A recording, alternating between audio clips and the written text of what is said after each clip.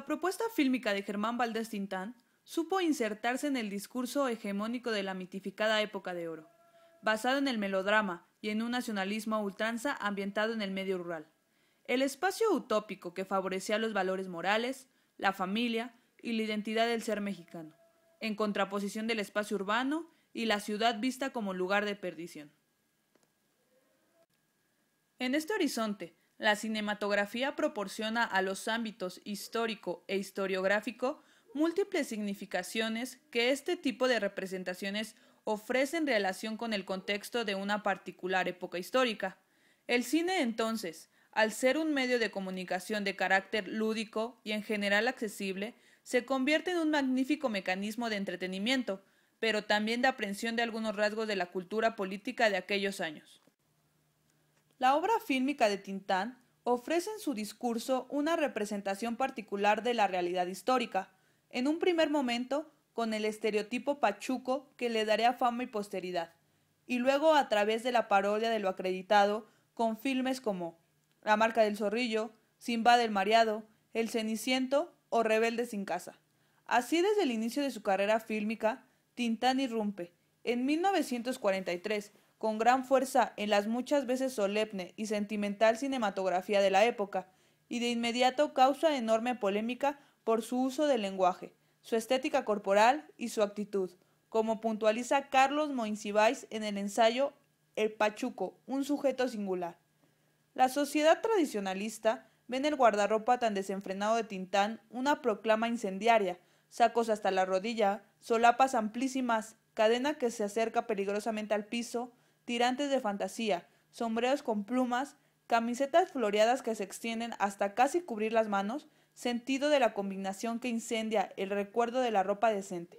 Cuando lo veía yo en giras que hacía su Tintán, su clásico pachuco, ¿no? American Style. Allá en el rancho grande. Unos personajes con unos pantalones muy anchos y muy angostos de acá. Con su cadena. Ese es su corte de tubo. Esa cintura que sube casi hasta el cuello. El saco largo. Un gran sombrero y su pluma, ¿no? Gran pluma que los distinguía.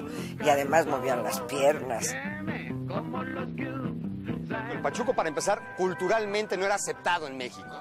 Y de ahí que de pronto el pachuco llegara a la pantalla grande, sí genera un gran escándalo. Tintán en la zona del centro es muy bien recibido.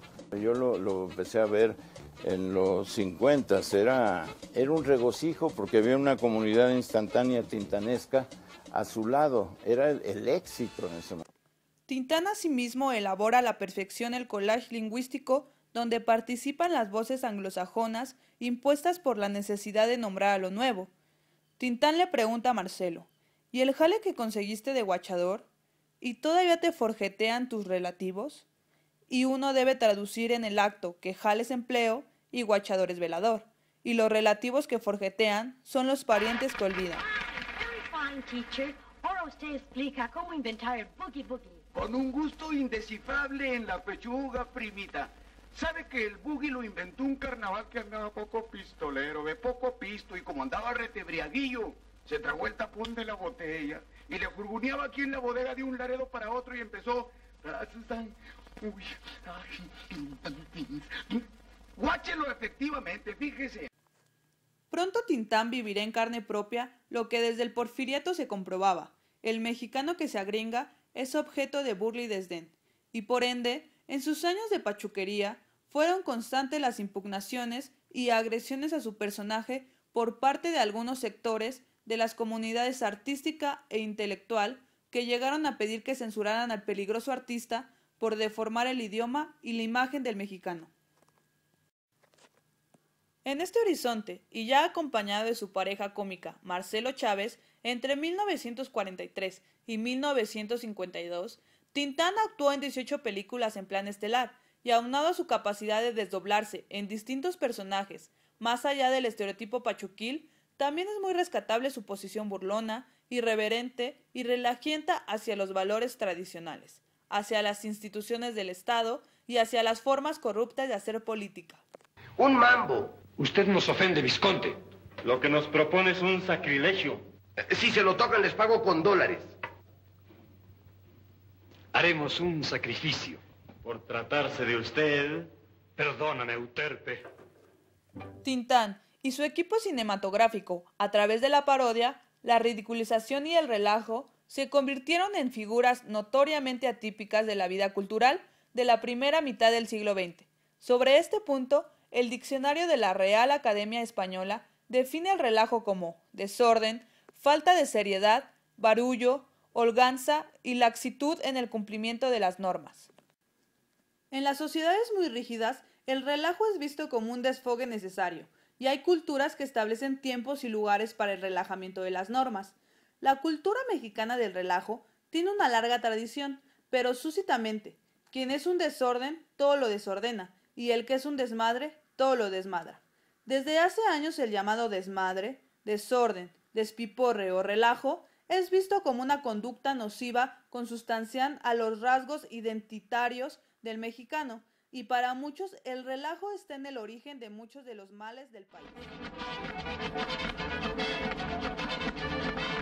Así, a mediados de los 40, el grupo Hiperión se preocupa por esclarecer la propia realidad y se propone dilucidar racionalmente la identidad del mexicano y lo mexicano. Uno de los representantes más célebres de este grupo fue Jorge Portilla, quien con su obra Fenomenología del relajo plantea que la importancia del relajo, esa forma de burla colectiva, reiterada y estruendosa que surge esporádicamente en la vida diaria de nuestro país, puede servir como clave para comprender los rasgos esenciales de la condición humana o para penetrar en la estructura espiritual de un pueblo.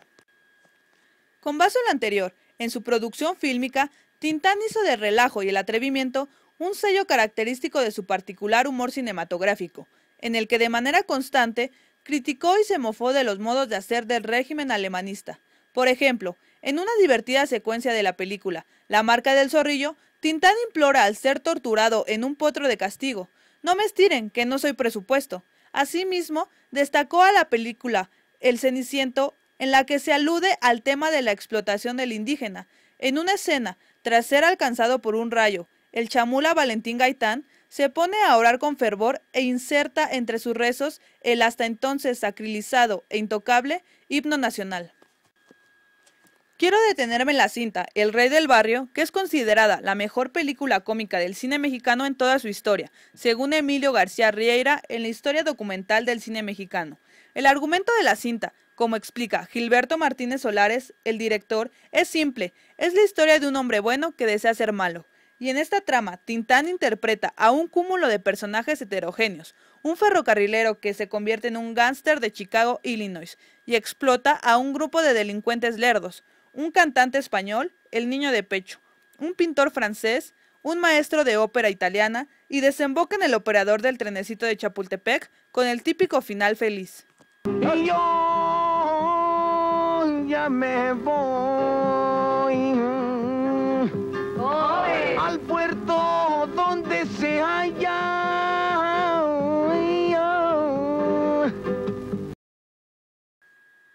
Sin embargo, como asevera John Mraz, las posibilidades de esta película son mayores a la de los elementos referidos. La lectura simplista que se podría hacer a las diferentes representaciones de personajes de culturas distintas a la mexicana que interpretó Tintán podría parecer que está dirigida a ridiculizarlos y con ello reivindicar la mexicanidad y el nacionalismo reinantes. Quiero poner hincapié en que la cinta misma y la actuación de Tintán sobrepasan la intencionalidad primera de la película, que es el entretenimiento. Por lo anterior, lo más relevante del Rey del Barrio, además de la propuesta humorística de la cinta de Tintán y su equipo de apoyo, radica en la fuerte dosis crítica e irreverencia a las instituciones, al conservadurismo de la sociedad, a la doble moral de la misma o al nacionalismo hegemónico. Así, en El Rey del Barrio, el descaro de Tintán se expresa en dos direcciones. Por una parte, desvirtuando el concepto de familia como factor unificador de la nación mexicana, tema repetido hasta el cansancio en el discurso moralizante de directores como Ismael Rodríguez, y por otro lado, da cuenta de la vulnerabilidad de un régimen político que fomentó como pocos la corrupción y el tráfico de influencias. Explicaré con mayor detenimiento. Dentro de la trama, Tintán hace referencia a las faltas en las que puede incurrir cualquier familia y ridiculiza a sus primas que dieron un mal paso. Asimismo, la figura materna, imagen hegemónica y venerada en numerosas películas mexicanas, en El Rey del Barrio está ausente. De igual manera, el concepto de familia no asuma el rol tradicional. La cinta nos sugiere que el soporte familiar descansa en el barrio y, por lo tanto, la figura central es el rey del dicho espacio, quien procura el bienestar de sus vecinos, o más bien de su guapa vecina. Con ese cuerpito serrano que tiene, me daría mucha pena que le fuera a pasar lo que a mi prima. Otra vez su prima. Pero señores, que usted no tiene otros parientes. Sí, tengo otras primas, pero estas son las ovejas negras de la naturaleza. En cuanto a la crítica, en mi opinión, al régimen alemanista y a la cultura política en turno se manifiestan en episodios significativos. Por ejemplo, John Mraz advierte con tino que, contrario a la mayoría de películas que la aborda, la clase obrera no está santificada o demonizada, se presenta tal cual, con su lado humano, con virtudes y defectos, pero tan pobre que está obligada a robar para aspirar a una mejor vida. La trama también hace varias alusiones a la corrupción, tráfico de influencias y desigualdad social imperante en el alemanismo. Por ejemplo, cuando el niño de pecho llega a una mansión, refiere cómo el sindicato ha corrompido al criado, que era una abierta crítica a los vicios del naciente sindicalismo. Asimismo, en otra simpática escena, Tintán y sus secuaces intentan, sin éxito, dejar inconsciente a Marcelo, el policía infiltrado. Aturdido por los golpes, Marcelo le pide permiso a Tintán para descansar, y este lo reprende delante de su pandilla. ¿Qué les parece? Por eso está México como está, con vagos yo no como soy tú. andarú, yo soy de Chihuahua. ¿Cómo dice? Digo, de Chihuahua, ciudad de Córdoba, provincia de Granada, pegadito a la Girarda. Martita Cerque, su ebola. Yo he estado por ahí. ¿Ah, sí? Usted no se meta en las conversaciones. Ay, qué vieja tan delicada. Oiga, usted estos gatos de sindicato, ¿cómo agüitan? Le encargo uno. Por su parte, en la película, mientras los ricos no tienen ninguna preocupación más que divertirse en sus fiestas fatuas, los pobres necesitan robar para ganarse el pan o comprar medicinas para un pariente enfermo.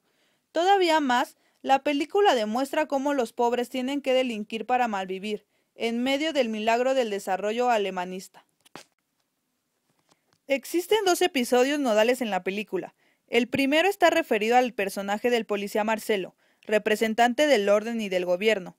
Tintán y Marcelo se emborrachan en la fiesta del hijo del primero, y el obeso policía confiesa a Tintán que lo ha querido capturar. Pero ahora, al verlo tan buen padre y tan buen ciudadano, le da su autorización para que robe. El anterior diálogo tiene una honda significación, ya que el representante de la ley reconocía la corrupción en México y cómo ésta se introyectaba en los valores políticos de los ciudadanos, y por lo tanto sugería a Tintán a caer en ella. Consciente del peligro que corre Marcelo por sus críticas a un régimen autoritario, Tintán mitiga las declaraciones del policía al afirmar que la corrupción es común en todas partes del mundo, pero Marcelo no cede y enfatiza: no, aquí más. Y a continuación viene el elemento más innovador de la cinta. Marcelo mira directamente a la cámara y señala con el dedo al público y exclama: mira nada más, cuánto ratero millonario anda por ahí suelto. Tintán, azorado por la acusación, pide su compasión al borracho policía que ha hablado de más. Aquí resulta justo valorar la interacción de los personajes con los espectadores, a través del rompimiento con la barrera de la pantalla o la cuarta pared como privilegiaría Bertolt Brecht. Y tal como señala Brands, lo más loable es la inaudita denuncia a un régimen político. Para demostrarle que yo lo estimo de verdad, desde hoy tiene usted permiso para robar. Pero mire lo que es la cosa humana, ¿no? Yo ya me había propuesto caminar por la ruta del Sendero del Bien. No. Y ahora que llega, la justicia me da permiso para robar. No. Robe. Tienes la vida. Lógrelo. Gracias, Robe gracias. y hágase rico. Mire, el dinero lo hará decente y respetable. Mire, así son las cosas aquí. Yo sé, aquí y en todas partes. No. Todas partes. No, aquí más. Mire nomás, cuánto ratero millonario anda por ahí suelto. Nomás mire. Por favor, tenga la bondad, me espéselo. Está tomado, espéselo. No hay pleito con usted, espéselo. Por favor, que no, el señor pagó por su asiento. Espérelo. No se vaya. No se vaya. Espérelo. En fin, esta suma de características, como advierte con mucha precisión John Brass, puede hacernos cavilar si la crítica constante y tenaz hacia Germán Valdés Tintán, tanto a su persona como a su personaje, por distintos sectores sociales no se limitaba a la mera deformación del idioma, sino también a su actitud fresca, antisolemne, crítica e irreverente hacia los valores morales y cívicos tradicionales y a las instituciones del Estado. Así, con más de 4 décadas de debate sobre la cultura política, entendida como un campo en permanente construcción que encierra múltiples problemáticas y alcances, siguen existiendo carencias en torno a esta importante temática. Hoy en día podemos percatarnos que diversos estudios nos muestran cómo la cultura política puede ser tanto causa como efecto de distintos fenómenos culturales, y a su vez, esos fenómenos culturales pueden incidir en la reconfiguración de una determinada cultura política. En otras palabras, la cultura política puede ponderarse desde el plano de lo real, pero también de lo simbólico. En el caso de la cinematografía, pienso no solamente en la labor pionera de cintas críticas de denuncia social, como Los Olvidados de Luis Buñuel, también en películas que de manera abierta han combatido a la censura del régimen a través de críticas abiertas a sus prácticas autoritarias, anquilosadas y corruptas. Por ejemplo, La sombra del caudillo de Julio Bracho, La rosa blanca de Roberto Gabaldón, La fórmula secreta de Rubén Gámez, Canoa y el apando de Felipe Casals, Rojo amanecer de Jorge Fons, El violín de Francisco Vargas, la trilogía de Luis Estrada, La ley de Herodes, Un mundo maravilloso y El infierno, o Presunto culpable de Roberto Hernández. Asimismo, la cultura política de un colectivo no es un elemento externo al sistema del que forma parte, sino que en mucho sentido funda a éste, en tanto que cumple la labor de ser un dispositivo generador de identidades. La cultura política entonces se expresa de múltiples maneras, y es precisamente el perfil crítico que le otorga esta categoría, el enfoque de la historiografía, lo que permite examinar el fenómeno de la cultura política con mayor profundidad. Si bien la cinematografía es un excelente espacio para la representación de la realidad, en este caso de la cultura política o como parte de esta, también es un buen mecanismo para reflexionar en torno a lo mal que ésta puede funcionar, aunque generalmente no es a través del humor en donde se prefiere ponderarla, sino en discursos cinematográficos más dramáticos o con perfiles de documental, como los antes citados. Sin embargo, soy partidario de que a través del humor del cine irreverente de Tintán se puede vislumbrar con claridad la representación chusca de la realidad de la época en distintos horizontes. No con ello doto al cine de Tintán intencionalidades que el cómico nunca persiguió, simplemente rescato su posición lúdica y desenfadada de hacer cine y de representar la realidad a través de la actitud irreverente. En este sentido, tal como ha puntualizado el escritor Eduardo Mejía en su texto Tintán subversivo. Tintán nunca fue un subversivo consciente, siempre fue involuntario. Si bien es cierto que Tintán desafía a la autoridad y se burla de la policía, o que califica a los políticos de corruptos y a los gendarmes de mordelones, de ahí a que invocara a la toma de conciencia o mensajes moralizantes hay mucha distancia. Tintán incita a la revuelta, pero sin tintes políticos, sino desde el relajo más descarado.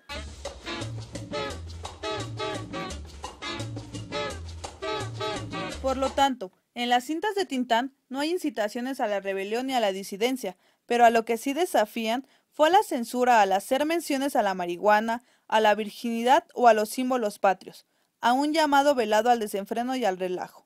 Y esa propuesta de cambio de actitud considero que puede resultar más provocadora y más influyente que cualquier llamado a rebelarse contra el gobierno. En conclusión, más allá de las grafias escriturísticas tradicionales, se debe tomar en cuenta a otras formas de huellas históricas que den elementos nuevos a este tipo de análisis, arriesgándose a nuevas miradas y lecturas que se construyen desde el arte, que aunque no esté directamente comprometido con la verdad histórica, sí puede dar perspectivas de análisis para alcanzar a esta. Así, Desde la mirada de la historiografía crítica, la vinculación del cine y del personaje Tintán resulta una buena oportunidad para abrir espacios a la interlocución con otras disciplinas. Este debate no se cierra y la puerta queda abierta a nuevas interpretaciones y a constructivos diálogos transdisciplinarios. A mí me dicen Tintán porque en mí todo es música.